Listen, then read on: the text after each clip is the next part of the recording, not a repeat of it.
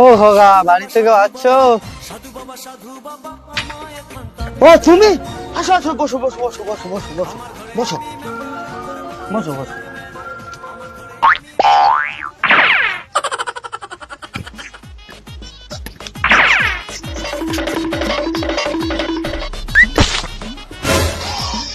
বাবা কি হয়েছে? জানো খোকা, তোমার এই ভিটে 50 ফুট নিচে প্রচুর প্রচুর সোনা দানা, তুমি যদি তুলতে পারো কোটিপতি হয়ে যাও। তাই বাবা, তুমি খালি এখানে বসো, আমি তোমার জন্য দক্ষিণের ব্যবস্থাটা করছি। এই নাও বাবা। বলছি খোকা, দুটো ডিম দিলে, চাল দিলে, কিছু টাকা দিতে পারলাম, এতটা গুপ্তধনের সন্ধান দিলাম। আর আমি কিছু টাকাও দিয়েছি, দেখো ভিতরে আছে। কোথায় টাকা আছে? আমি তো দেখতে পাচ্ছি না।